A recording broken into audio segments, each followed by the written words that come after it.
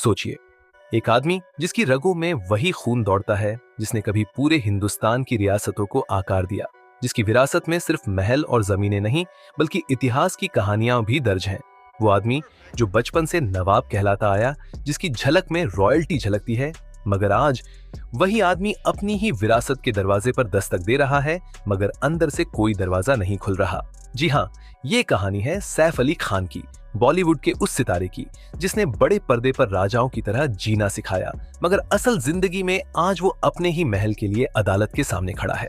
15,000 करोड़ रुपए की वो संपत्ति जो कभी उनका शाही ताज मानी जाती थी, आज उनके सिर पर एक बोझ बनकर लटक रही है। और अदालत में दाखिल होते हुए जब उनके चेहरे से रौब उतरकर चिंता की लकीर बन चुका था, तब सब समझ गए कि ये लड़ाई सिर्फ कागजी नहीं बल्कि दिल और इतिहास दोनों पर चल रही है। कहां से शुरू हुई ये जंग?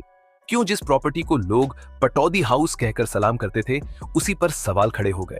कौन कौन आकर अपना हक जता रहा है और क्या वाकई नवाबी खून इस विरासत का ताला खोल पाएगा? इन सवालों के जवाब लिए रहिए हमारे साथ, क्योंकि आज हम परत दर परत खोलेंगे सैफ अली खान की उस जंग की कहानी जहां दौलत, दस्तावेज और दावे सब कुछ दांव पर लगा है।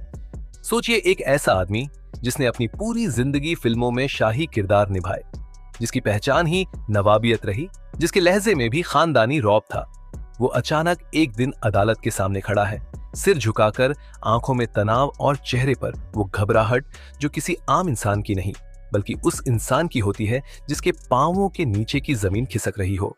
जी हाँ, बात हो रही है सैफ अली खान की, उस अभिनेता की जिसे हम बड़े पर्दे पर तो एक राजसी ठाठ से देखते आए हैं, लेकिन असल जिंदगी में अब वो खुद अपने राजमहल के लिए लड़ाई लड़ रहा है।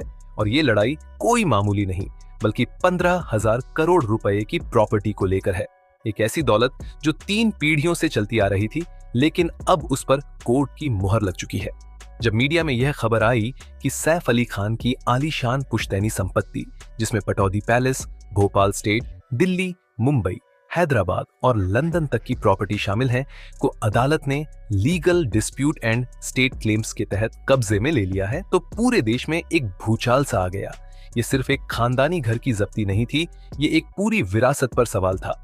और यहीं से शुरू होती है इस कहानी की वो परत जिसे बहुत कम लोग जानते हैं। सैफ अली खान की जिंदगी का वो हिस्सा जो कैमरे के पीछे छिपा रहा, जो उनके नवाब ब्रांड के पीछे की असल सच्चाई को उजागर करता है, और जिसे जानकर शायद आप भी हैरान रह जाएंगे कि शाही पहनावे, बेगमों की चमक और आलीशान बंगलों के पीछे कितनी सियासत, कितनी लीगल लड़ाइयां और कितनी चुपचाप चलती साजिशें छुपी होती हैं।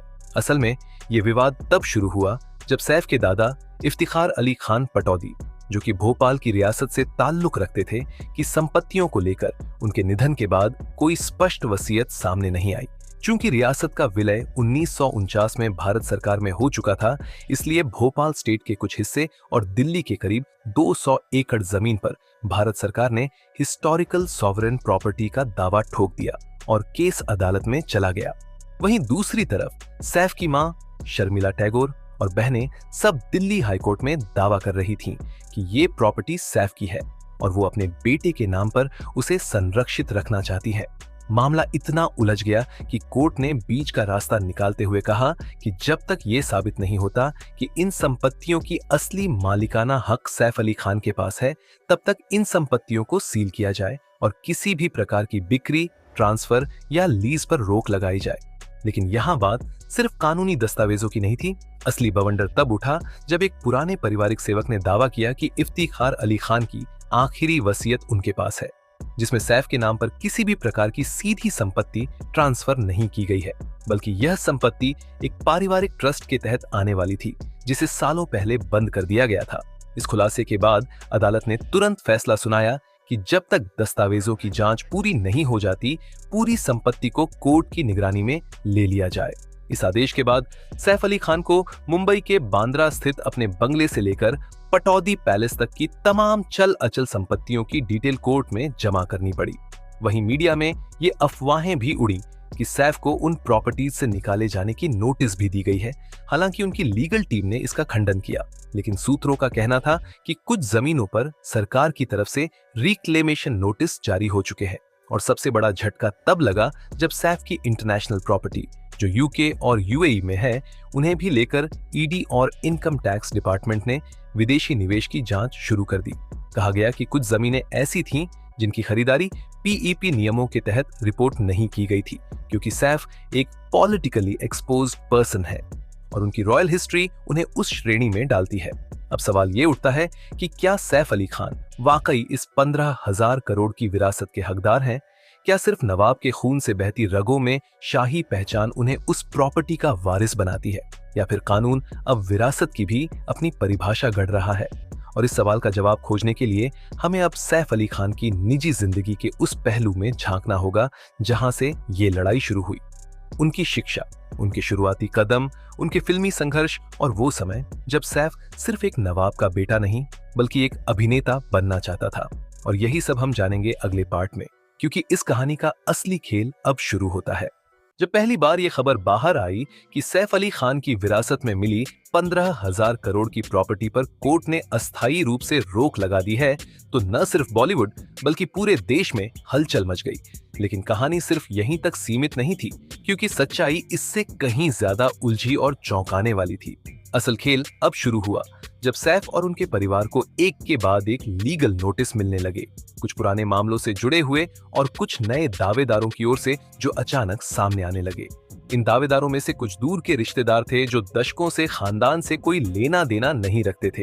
लेकिन अब जब खबर आई कि यह प्रॉपर्टी कोर्ट की निगरानी में जा चुकी है, तो हर कोई मानो अपने हक का दावा लेकर अदालत की चौखट पर खड़ा हो गया। इन लोगों ने न सिर्फ अपनी पहचान पेश की बल्कि खानदान की पुरानी वसीयतों और दस्तावेजों की फोटो कॉपियां, हस्तलिखित पत्र और कुछ सीक्रेट रिकॉर्ड्स भी कोर्ट में सौंपे, जिससे केस और उलझ गया। इस बीच सैफ की लीगल टीम 24 घंटे काम में जुट गई। उन्हें हर दिन नए सवालों और कागजात का सामना करना पड़ रहा था और उन सबको जवाब देना आसान नहीं था। सैफ अली खान की छवि एक रॉयल और शांत इंसान की रही है, लेकिन इस केस में उनकी बैक स्टोरी, उनकी फैमिली हिस्ट्री और नवाबों के दौर से जुड़ी हर छोटी बड़ी बात अब मीडिया की सुर्खियों का हिस्सा बन चुकी थी। सबसे बड़ी चुनौती थी पटौदी पैलेस को लेकर, जो भारत में ही नहीं बल्कि इंटरनेशनल मीडिया में भी एक रॉयल रेसिडेंस के रूप में देखा जाता है। सैफ ने खुद एक इंटरव्यू में कहा था कि यह प्रॉपर्टी उनके लिए सिर्फ एक घर नहीं बल्कि इतिहास की एक जिंदा निशानी है। लेकिन कोर्ट की कार्यवाही के अनुसार कुछ पुराने टैक्स विवाद और सरकारी रिकॉर्ड में अस्पष्ट दावे सामने आ गए थे, जिससे यह कहा जा रहा था कि पैलेस पर नवाबी परिवार का स्वामित्व पूरी तरह स्पष्ट नहीं है। इस मुद्दे पर जब सरकारी अफसरों और कोर्ट की टीम ने संयुक्त निरीक्षण शुरू किया, तो पैलेस के अंदर कुछ पुराने रिकॉर्ड और नक्शे मिले जिनमें मालिकाना हक को लेकर मतभेद था। वहीं दूसरी ओर सैफ की बहन सोहा अली खान और मां शर्मिला टैगोर ने भी इस पूरी कार्यवाही में हिस्सा लेना शुरू कर दिया, क्योंकि यह केस अब सिर्फ एक आदमी की दौलत का नहीं बल्कि पूरे परिवार की गरिमा का प्रश्न बन चुका था। कोर्ट ने इस केस को हाई प्रोफाइल मानते हुए इसे एक विशेष बेंच को सौंप दिया और सभी मीडिया कवरेज को सीमित करने का निर्देश जारी किया। लेकिन आज के डिजिटल दौर में यह संभव कहां था? हर मिनट इस केस से जुड़ी छोटी से छोटी बात सोशल मीडिया पर वायरल हो रही थी। अफवाहों का बाजार गर्म था। कोई कहता सैफ ने पहले ही प्रॉपर्टी किसी विदेशी ट्रस्ट को ट्रांसफर कर दी है, तो कोई दावा करता कि करीन कपूर की भी इस दौलत में हिस्सेदारी तय नहीं है।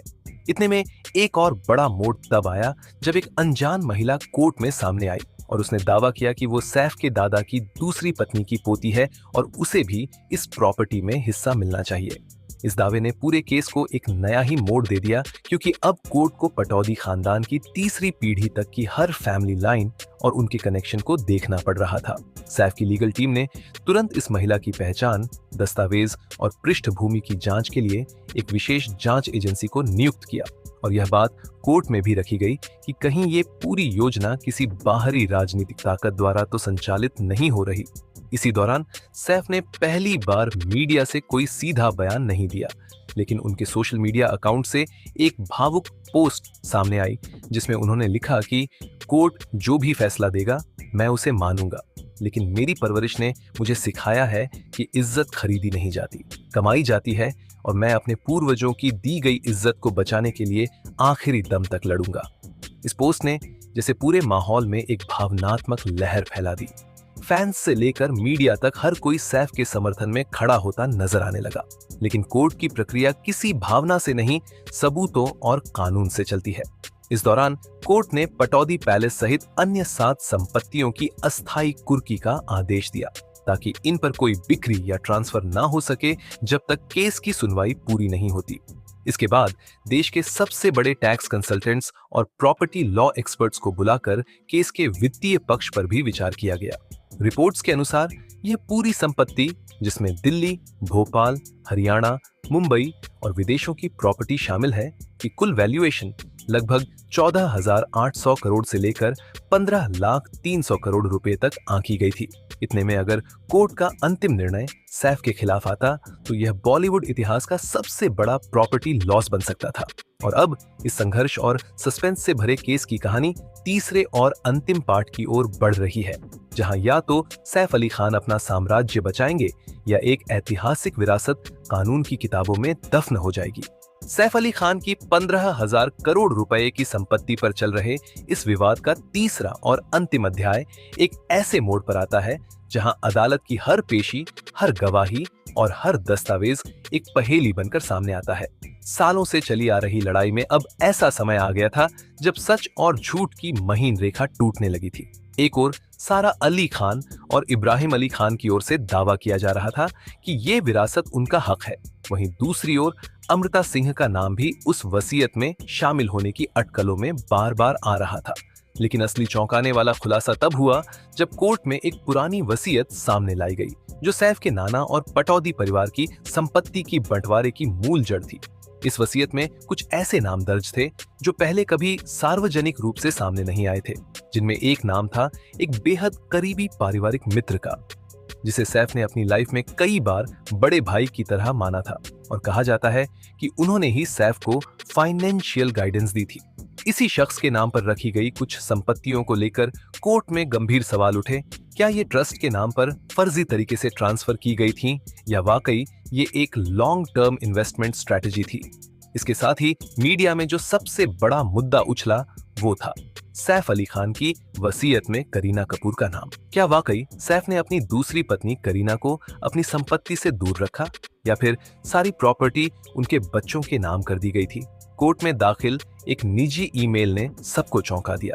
ये मेल सैफ ने 2020 में अपने लॉ फर्म को भेजा था, जिसमें उन्होंने स्पष्ट किया था कि उनके परिवार को इमोशनल स्ट्रेस से दूर रखा जाए और संपत्ति को लेजली क्लियर कर दिया जाए ताकि भविष्य में उनके बच्चों के बीच कोई विवाद ना हो।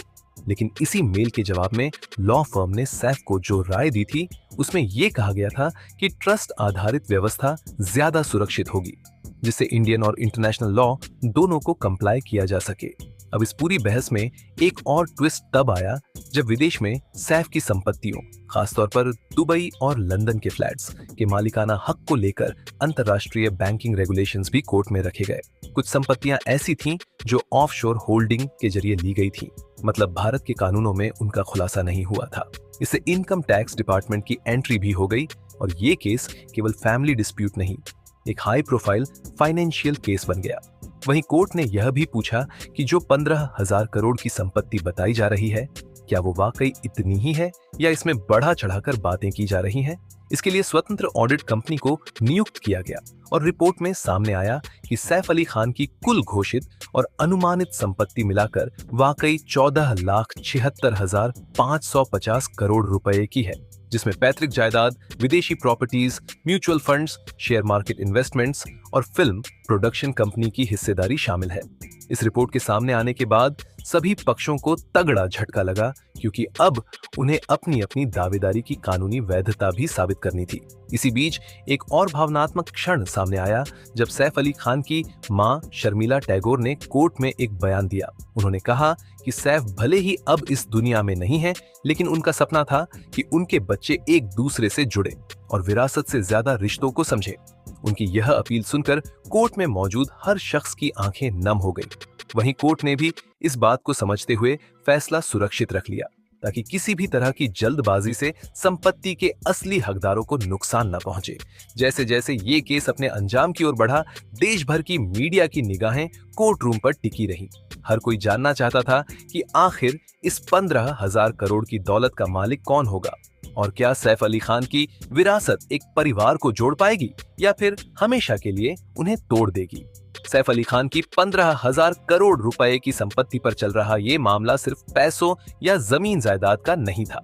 ये कहानी थी एक राजसी खानदान की, रिश्तों के उतार चढ़ाव की और उस इंसान की जो ग्लैमर, सम्मान और विवादों के बीच हमेशा खुद को संतुलित रखने की कोशिश करता रहा।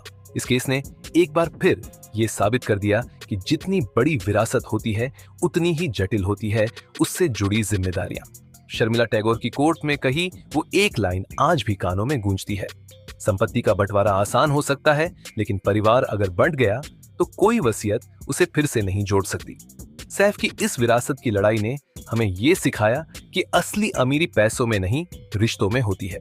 कोर्ट का फैसला चाहे जो हो, लेकिन आज भी इस कहानी में एक सवाल बाकी है। क्या वाकई सब कुछ सैफ ने पहले से तय कर रखा था, या फिर कुछ रहस्य वो हमेशा के लिए अपने साथ ले गए? अगर आपको ये कहानी भावुक लगी, सोचने पर मजबूर किया, या आपने इसमें अपने किसी करीबी की झलक देखी, तो वीडियो को लाइक जरूर करें, चैनल को सब्सक्राइब करें और कमेंट में लिखें कि आप सैफ अली खान को किस रूप में ज्यादा पसंद करते थे, एक एक्टर, एक नवाब या एक पिता।